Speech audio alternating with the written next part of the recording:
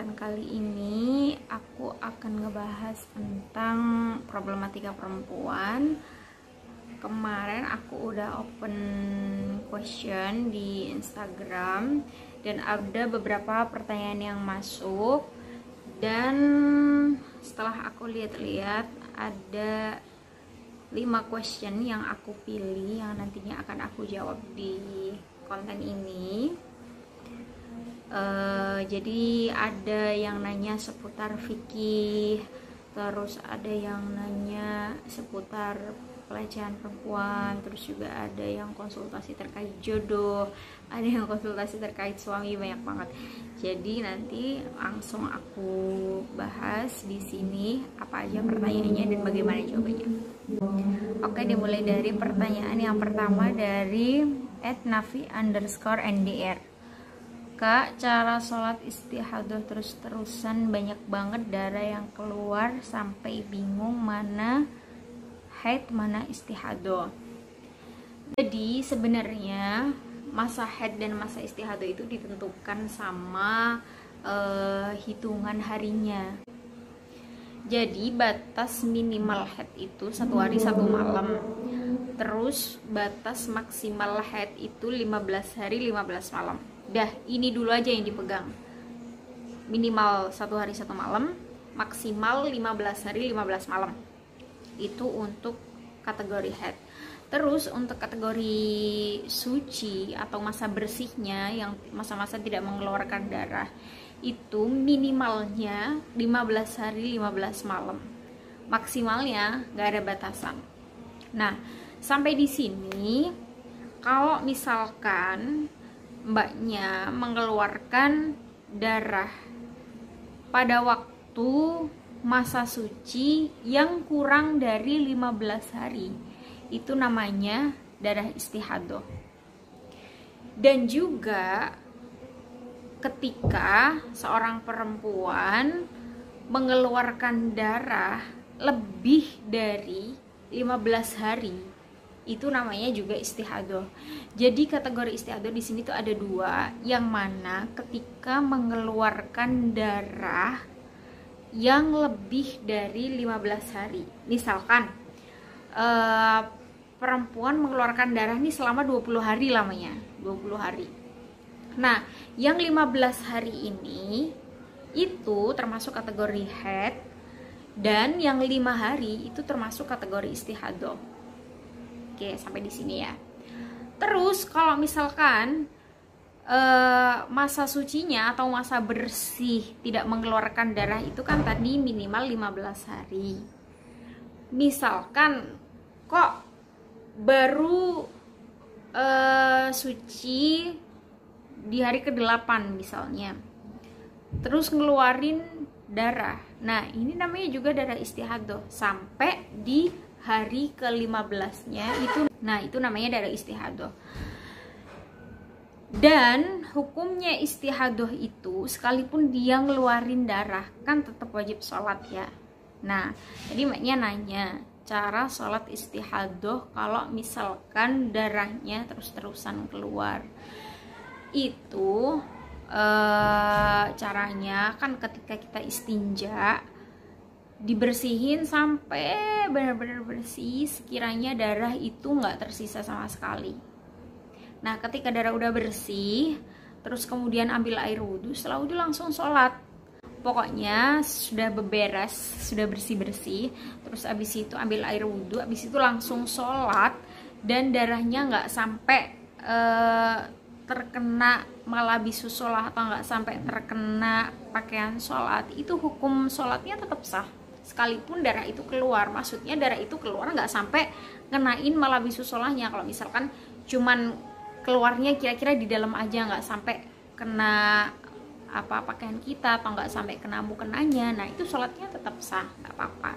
Jadi seperti itu. Jadi saran aku sih, kalau misalkan pas lagi istihadah kayak gitu, sebelum berwudu itu mukena tuh udah disiapin dulu. Jadi begitu kita udah bersuci, habis wudu, terus kita bisa langsung sholat seperti itu. Ya, jadi kesimpulannya mana haid mana istihadah itu tergantung hitungan harinya itu tadi. Minimalnya masa haid itu adalah sehari semalam, maksimalnya 15 hari 15 malam, dan minimalnya masa suci itu 15 hari 15 malam, dan maksimalnya itu nggak ada batas seperti itu. Oke, kita lanjut ke pertanyaan kedua dari @diva_nvd. Kenapa perempuan sering dibicarakan dan bagaimana seharusnya kita bersikap jika dalam satu forum mayoritas laki-laki secara tidak sengaja, ini nggak tahu ini kepotong. Oke, kenapa perempuan sering dibicarakan? Karena perempuan itu istimewa.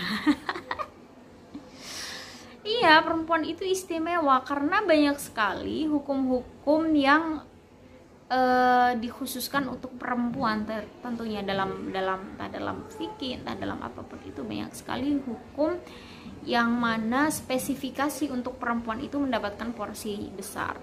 Kayak misalnya aja sekarang fikih ibadah, kita punya haid, kita punya istihadah, terus juga belum lagi nanti kalau melahirkan, wiladah, nifas dan lain sebagainya. Terus belum lagi nanti kalau misalkan membicarakan masa iddah dan lain sebagainya. Karena memang ini baru secara fikih ibadah aja, fikih ubudiyah itu memang perempuan udah sering dibicarakan karena dari siklus biologisnya itu emang perempuan udah beda sama laki-laki, memiliki beberapa kebutuhan khusus atau memiliki beberapa perlakuan khusus seperti itu. Terus bagaimana seharusnya kita bersikap jika dalam satu forum mayoritas laki-laki? Ya biasa aja. Apa yang ditanyakan?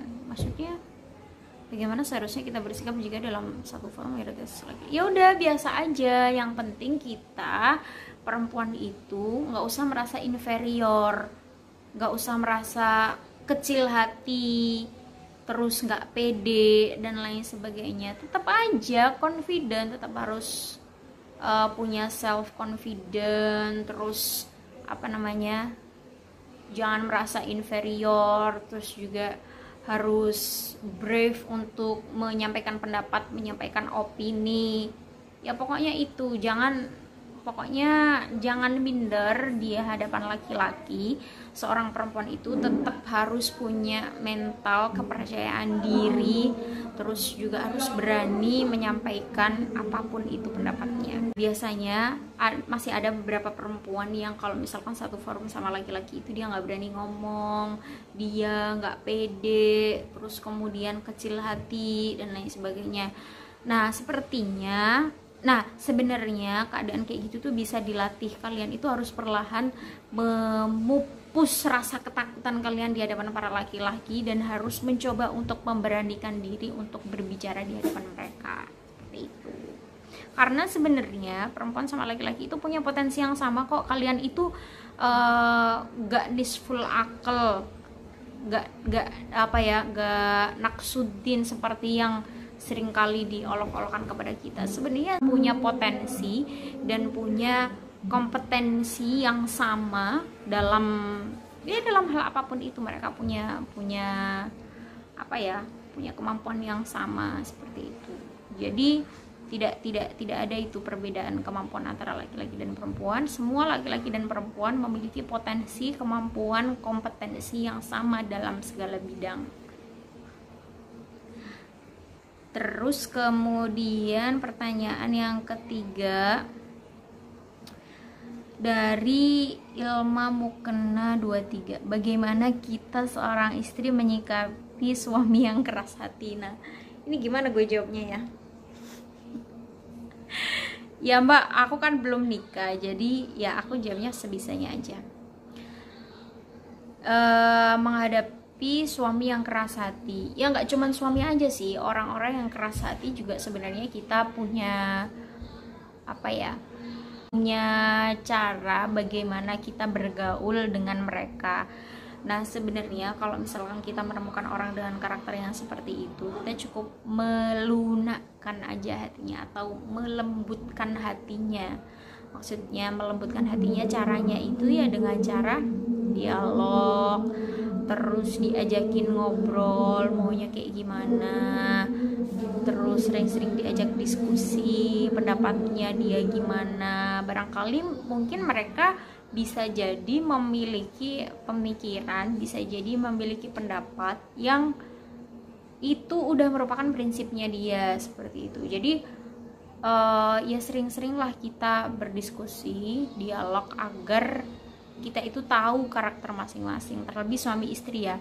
Jangan sampai ada miskomunikasi atau hal-hal yang sekiranya itu tidak saling terbuka satu sama lain. Karena kan yang namanya suami istri itu dalam keadaan apapun itu kalau bisa ya tetap harus terbuka terhadap perbedaan seperti itu.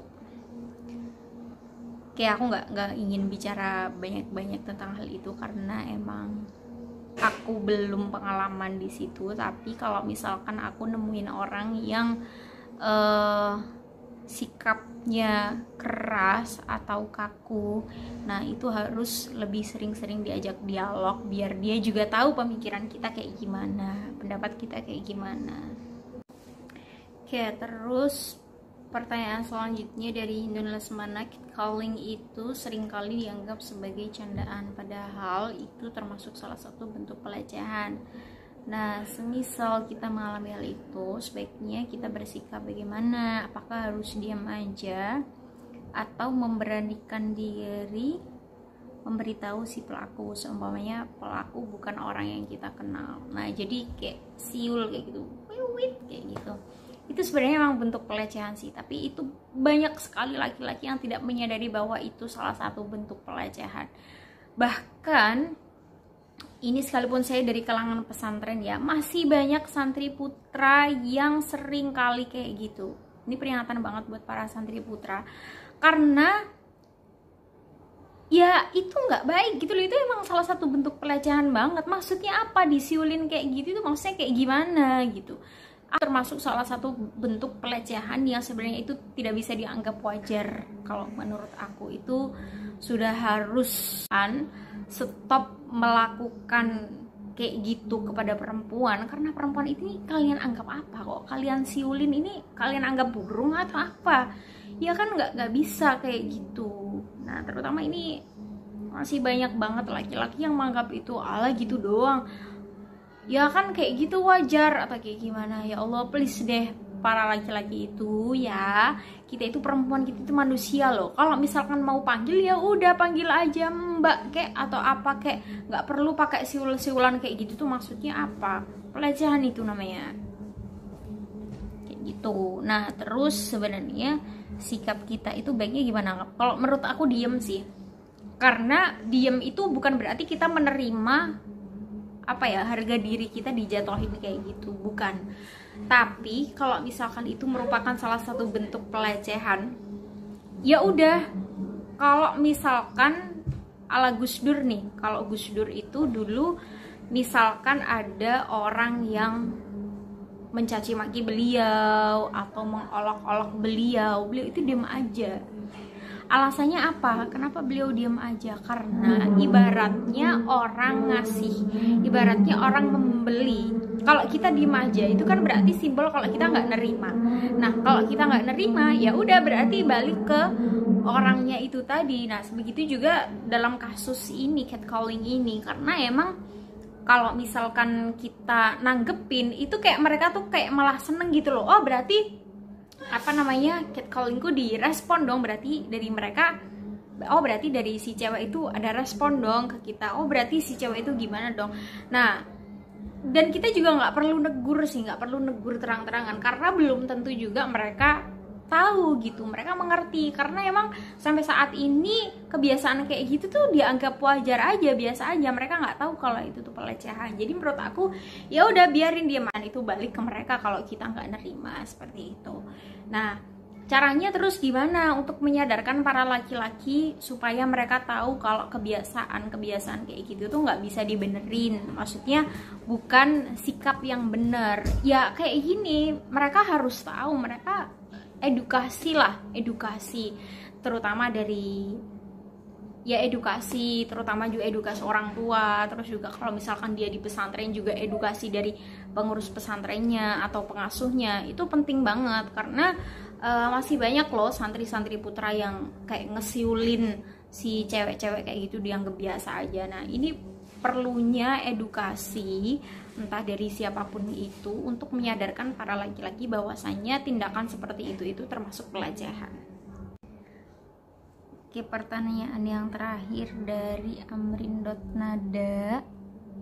Ini aku nggak berani keras-keras nih ngomongnya. Kalau untuk perempuan itu lebih baik memilih pasangan menurut kemauan ortu atau kata hati? Dua-duanya. Kemauan ortu dan kata hati. Karena yang akan ngelaksanain kehidupan sepenuhnya itu adalah kita, pelakunya, subjeknya itu kita. Tapi di sisi lain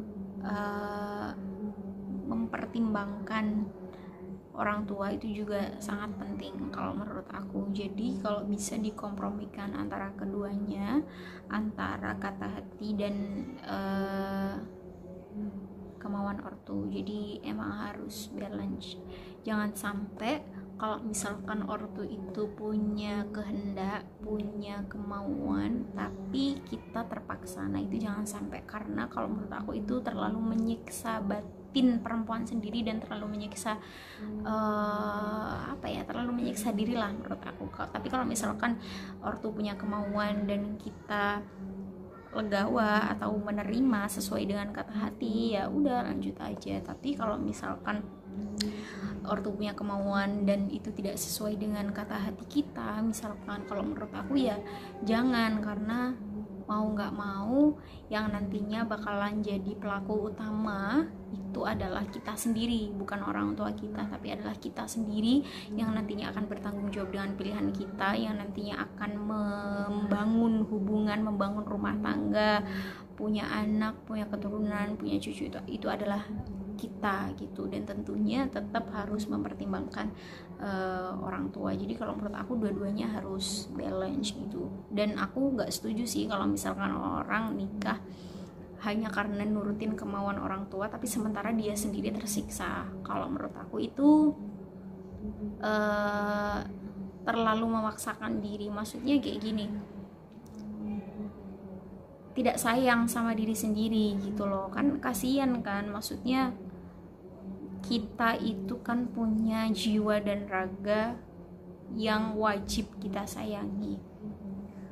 Kita juga punya hati yang wajib kita kenali. Pokoknya kenali dulu lah kamu itu seperti apa, pengennya seperti apa. Karena kan man arafa nafsahu arafa rabbahu. Barang siapa yang bisa ngenalin dirinya sendiri, bisa tahu dirinya sendiri, maka dia akan bisa mengetahui, akan bisa mengenal Tuhannya lebih dalam. Nah menurut aku ini penting banget.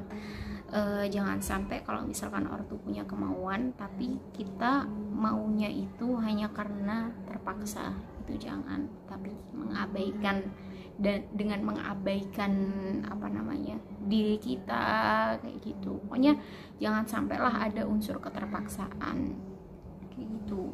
Jadi tetap dua-duanya harus balance antara kata hati dan kemauan orang tua, seperti itu. Oke, jadi itu ada 5 pertanyaan yang udah aku jawab semuanya. Dan pesan aku untuk para perempuan, saudara perempuanku semuanya, berhentilah merendahkan diri kalian sendiri. Berhentilah bicara kalau kalian itu sumber fitnah, kurang agamanya, sumber nafsu dan lain sebagainya. Stop semua itu, karena nggak demikian. Biasanya orang-orang yang bilang kalau perempuan itu sumber nafsu, biasanya itu berangkat dari kisahnya Nabi Adam sama Hawa yang ketika diusir surga.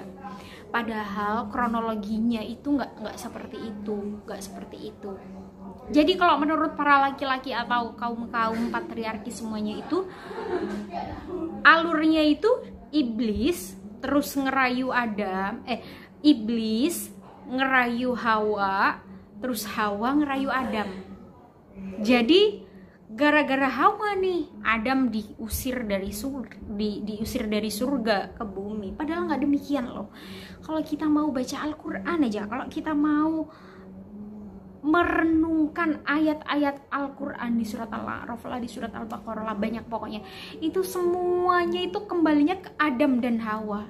Jadi kronologi yang benar itu ya dari iblis langsung ke Adam dan Hawa, bukan dari iblis ke Hawa terus baru ke Adam, bukan. Jadi dari iblis langsung ke dua-duanya, seperti itu. Coba di surat Al-A'raf nggak tahu ayat berapa itu, fawaswasa lahuma, fawaswasa, maka kemudian menggodalah menggoda syaitan itu ke Adam dan Hawa. Pokoknya semuanya itu, semua kisah Adam dan Hawa terkait tragedi makanya buah khuldi di surga, itu semua domirnya itu kembalinya lahuma ke Adam dan Hawa, bukan ke Hawa saja tapi ke Adam dan Hawa. Nah, ini yang sering kali digaungkan oleh para kaum-kaum yang mengatakan bahwasanya perempuan itu sumber nafsu, sumber fitnah dan lain sebagainya. Ini apa maksudnya? Bukan. Jadi pokoknya please para perempuan, stop berbicara kalau kalian itu sumber fitnah. Stop merendahkan diri kalian sendiri. Berhentilah menjelek-jelekan diri kalian sendiri, karena sesungguhnya kalian itu sama saja manusia yang punya harga diri, yang juga harus dihargai, manusia yang juga memiliki kompetensi yang sama dengan manusia-manusia lainnya, seperti itu. Jadi buat para perempuan, tetap semangat untuk membangun generasi-generasi muda kedepannya, untuk membangun generasi-generasi penerus, karena semua generasi itu lahirnya itu dari rahim seorang perempuan. Jadi maksimalkanlah diri kalian, belajar sungguh-sungguh, jangan sia-siakan waktu.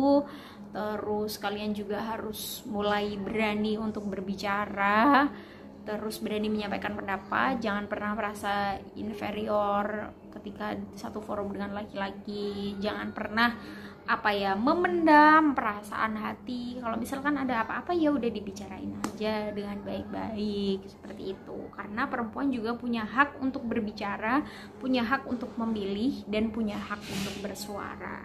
Oke, sekian dari aku. Semangat untuk para perempuan di sana. Bye. Assalamualaikum.